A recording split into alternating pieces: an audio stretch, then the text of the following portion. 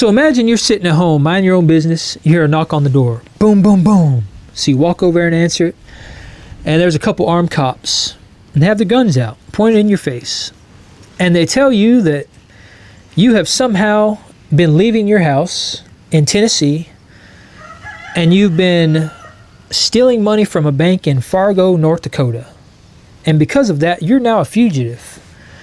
And they throw you in their cop car. They take you to North Dakota and they lock you up. Now this is in October.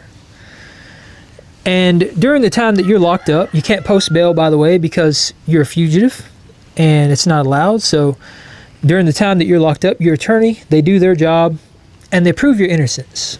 They prove that you've been sitting at home ordering Uber Eats from your couch for your grandkids. But for whatever reason, even though the police department is presented with that information, it takes them 3 months to release you.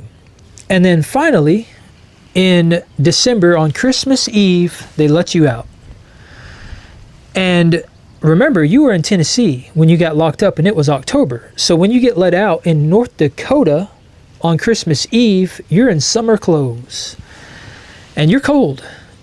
And during the time that you were locked up, because you couldn't post bail, and everybody assumed you were a fugitive doing all the bad things they said that you were doing, robbing banks in North Dakota, you lost your job. You went broke and you lost your house. And you even lost your dog. And then the police department lets you out and you're freezing, you don't have any money, and you have no place to stay and no way to get home. That is the reality that somebody recently faced. That is the reality of modern society. And the whole reason that you were thrown in jail is because artificial intelligence used facial recognition software and mass surveillance, and they got it horribly wrong. They matched somebody that was a fugitive, that was stealing money from a bank in Fargo, North Dakota, with your face. What kind of dystopian nightmare are we living in? And there's a lot of problems with this. And I mean, obviously there's a lot of problems with this, but the fact that the police department didn't do their due diligence and make sure that this person was actually the person robbing money from the bank, they didn't make sure that it was somebody that had actually traveled to North Dakota before going to their house and arresting them. They didn't verify all this information before locking this poor person up. And because of that, this person lost everything and is now stuck in North Dakota on Christmas Eve with no way to get home. Now, luckily in this particular case, the defense attorneys in Fargo paid for this person's hotel on Christmas Eve and Christmas Day, and a local nonprofit actually bought them a plane ticket home. But the state and the people that booked this poor person did nothing. They didn't even issue an apology. This is crazy, y'all. This is crazy, and I'm really kind of worried that that is where society is headed, because AI is quickly becoming the did you Google it of modern society. If you remember Google when it first came out, if there was a claim that was made, it was always, did you look it up on Google and did you confirm it? That is what AI is basically becoming, because AI is now, for a lot of people, becoming the be-all, end-all. If AI says it's wrong, then it must be wrong. And if AI tells you something, that's gospel. And if you think about this, this is basically, people are almost treating AI like a religion. Like, if it says this thing, it must be true. There's no other way around it. It has to be this way because AI said so. And the fact that a police department looked at AI in that way, and they took AI and what it said at face value and ran with that without doing their own research first, that is baffling to me. And I feel like we might actually be approaching the level of idiocracy right now, where people just use AI to do all the thinking for them, and critical thought and logic and doing your own research basically goes out the window. And at that point, what kind of society are we living in? Is it even a society that's based around the people at all? Because at that point, AI is doing all the thinking for us. So I would say that if that actually happens, which seems like the direction we're headed, we'll be living in an artificial reality, a world that is based on technology and the knowledge and the power that we have in this mind of ours, this consciousness that we all have. I hope we all have it. it just disappears. And have you heard that this new generation is the first one in recorded history that has an IQ that is lowering? That's terrifying.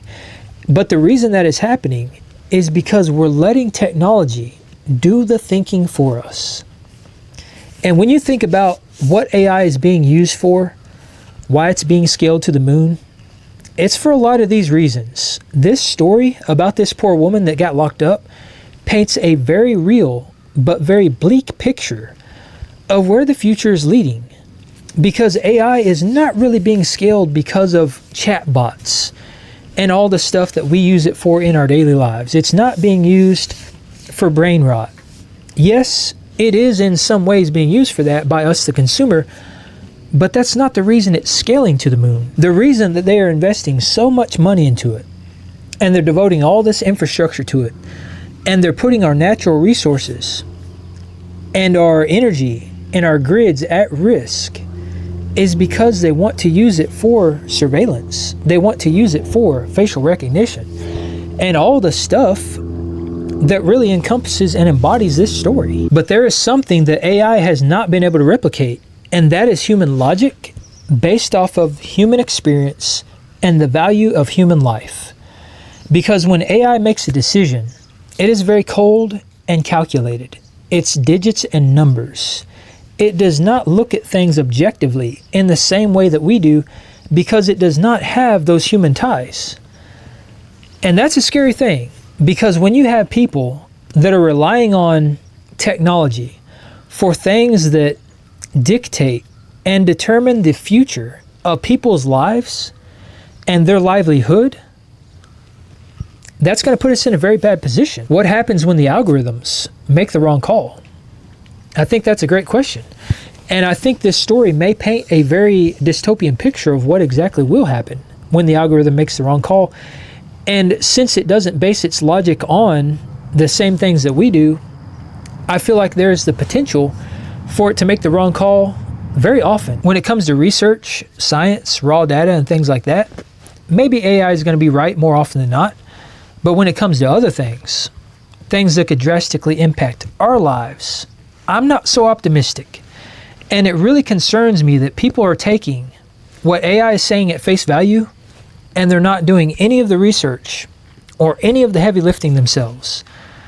It really concerns me how fast AI is scaling and what it's going to be responsible for. Because what happens if we create a very technologically based society that revolves around AI, and it starts making all these decisions for us? It starts going out and it starts fighting crime and finding the bad guys and telling you that, hey, you know what? This person's guilty. This person's innocent. This person that was over here in Tennessee sitting on their couch ordering Uber Eats for their grandkids, somehow they were traveling to North Dakota to rob them, to rob the banks, and then they were traveling back, even though the data clearly shows that that person had never been to North Dakota. What happens when AI starts doing this more often? Where does that leave us? Are we actually going to be able to prove our innocence? Especially considering that as real as AI is getting when it comes to creating images and videos and things like that, how easy would it be for somebody to not want to admit that they're wrong and create an AI image or an AI video or an AI fill in the blank to prove that that person is guilty? And considering how corrupt a lot of society is, I wouldn't put it past these people. I wouldn't put it past them to let their ego get in the way and do everything that they can to not be wrong. I'm not saying that that's going to happen, but what if? Because these days it seems like pretty much anything's possible. And I don't discount anything, especially now that people are apparently being locked up for crimes that they committed in states that they never visited. This is a crazy world that we're living in, y'all, and I think it's only going to get crazier. But in situations like this, I think it pays to be informed. It pays to know what is happening around us so that we can prepare ourselves. And in this particular situation, I don't think this woman could have done anything to prepare herself for what happened to her, because she literally just got dealt a bad hand. But as things like this happen, that's proof positive that we can push back and say, you know what? AI is not always right. It does make mistakes. It is not the be-all, end-all. And we should not rely on it for everything, because by doing so, by putting all of our eggs in one basket, we're making ourselves extremely vulnerable. So maybe the fact that these things are happening is kind of a good thing, not in the sense that it's ruining people's lives, but if this stuff's going to go awry, it's great that it's in the public. It's great that people take notice, because that is in fact proof positive that AI makes mistakes, and we should not allow it to become the Google of the modern age. We should not allow ourselves to believe that it's so much better than us, because I think it's proving with all of these stories that come out, every single time this happens, it's proving that it's not. But let me know down in the comments below what y'all think about this. What would you do in this situation? How would you handle things? And what are you doing to prepare yourself for this future that we might very well be headed towards?